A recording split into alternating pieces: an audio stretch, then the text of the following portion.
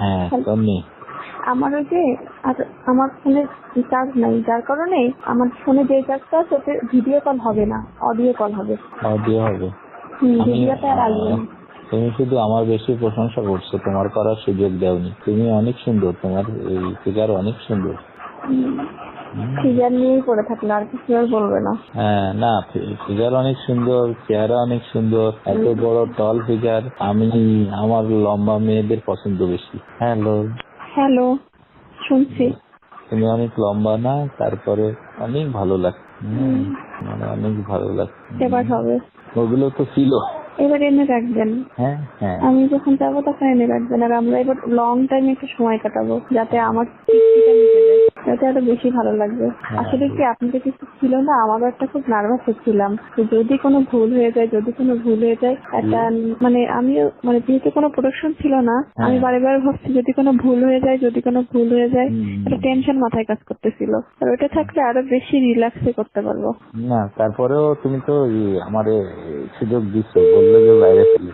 হ্যাঁ, আমি আমার সেকেন্ড বারে কিন্তু আমার মোটামুটি হয়েছে। সেকেন্ড বারে আর ফার্স্ট বারে হলো তুমি তোমার টেকনিকে নিয়ে নিলে, তাই না, হাতে করে। আর সেকেন্ড বারে হয়েছে ওইটা বিছানায় ফেলছি। আমি না ওই বিছানায় তো আছে, সালারা তো পাল্টাইনি, ওরা বুঝবে কি হবে, বলতেও তো পারতিস। হ্যাঁ, বিছানা তো ওইটাই আছে, আমি এই দিকে সরে আসছি, ওই কোনার দিকে। তো বিছানার কথা তো পাল্টাইও দেয়নি চাদর, বললে তো সন্দেহ করতো। হ্যাঁ সেটাই।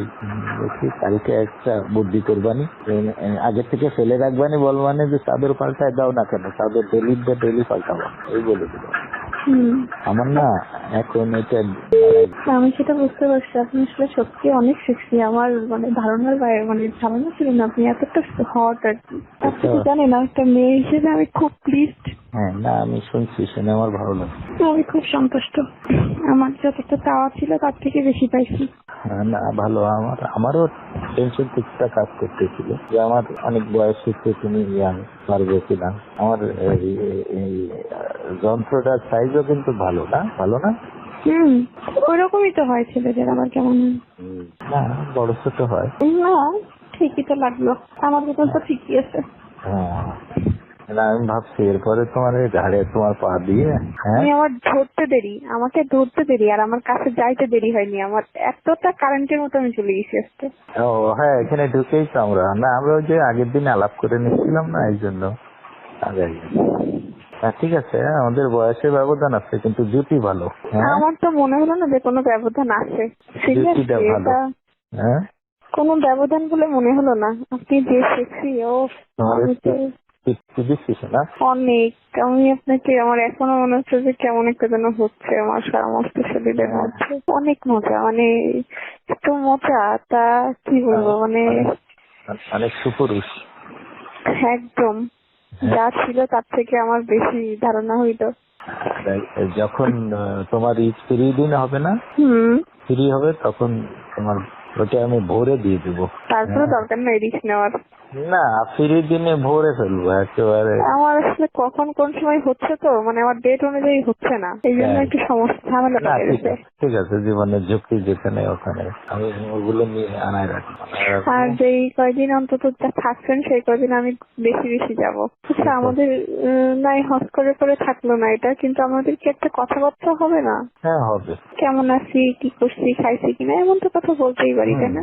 আমাকে ভুলে যাবেন না তো? স্বার্থপরের মতো বলে আমার খুব ইচ্ছে তোমার গর্বে আমার একটা বাচ্চা, তাহলে আমি খুব খুশি হব। কারণ কি জানো? কেন? তোমার হাইট ভালো তো, যদি একটা ছেলে হয় সে প্রায় 6 ফিটের কাছে হবে, তারপরে ওরে ভালো পড়াশোনা করালে ভালো হবে না বলো? আর আমি তোমার পাশে লজিস্টিক সাপোর্ট থাকলে তোমার বাচ্চা তো ভালো বড় অনেক সুন্দর হবে, এটা দেখায় সব কিছুতেই তোমার ভালো হবে। আমারও তোমার দিয়ে অনেক ভালো হবে। তোমার নাও না একটা বাচ্চা। আমার তো এখনো তো, আমি শারীরিকভাবে সুস্থ হতে একটা বছর সময় লাগবে। আগামী তুমি যখন হও তখন আমি তোমার হুমকির মধ্যে ফেলবো কেন? আমার বাচ্চার মা হয়ে যদি তোমারই বাচ্চা তার জন্য তুমি অসুস্থ হও, তাহলে বাচ্চা অসুস্থ থাকতে হবে, মারও তো সুস্থ থাকতে হবে। এখন যেমন তুমি যখন আমার বাচ্চার মা হবা, তখন তো বউ আর তোমার ভিতরে পার্থক্য কি বলো? তোমার পর আমার অনেক মায়া থাকবে না? আমার আপনার সাথে অনেক মায়া জন্মায় গেছে, আমি বোঝাতে পারছি কিনা জানি না। আমি তো একটা মেয়ে, আমার কিন্তু এটা মানে একটা বারের জন্য আমার দ্বিতীয়বার ভাবতে হচ্ছে না যে আমি নিব না। আমি 1 সেকেন্ডে ভাবতে পারতেছি যে আমি নিব, আমি প্রস্তুত। আমার কাছে আপনার স্মৃতিটা সারা জীবন থাকবে। আমি আপনাকে সত্যি অনেক ভালোবেসে ফেলছি। আর যেখানে দুটো মনের মিল হয়ে যায় সেখানে আসলে আমি সেই মানে রনির সাথে একটু আনইজি ফিল করি, কিন্তু আজকে দিন আমার কাছে কোনো বাধাই মনে হলো না। আমি এতটা এক্সাইটেডমেন্টে আমি এসেছি, এতটা উচ্ছ্বসিত আমিও ভাবে আমিও দেখো। খুব ফ্রিলি মিশছি। এতটা ফ্রিলি আসলে আমি রনির সাথে কখনো মিশি না। না তাই আমিও আমি না খুব চিৎকার করি, আমার কিন্তু আপনার বাসায় যে আমি চিৎকার করতে পারি নাই। করো, সেটা ওই আগ্রহ বাড়ে। হ্যাঁ, তুমি চিৎকার কিন্তু করলে আমার আমাকে আগ্রহ বাড়বে, আমার আমি আরো সেখানে বেশি করতে ভালো। পারিনি। আমার খুব মানে মনে হচ্ছে হ্যাঁ, আমাকে যেন খাঁচায় বন্দি করে রাখছে। হ্যাঁ, আমি যেন আমি 100% দিলে আপনি আরো আমার হয়তো আমি 50% দিতে পারছি। তুমি ঘুমাও। ওকে, ঘুমাও, সকালে কালকে কথা হবে। Thank you. ওকে, আল্লাহ হাফেজ।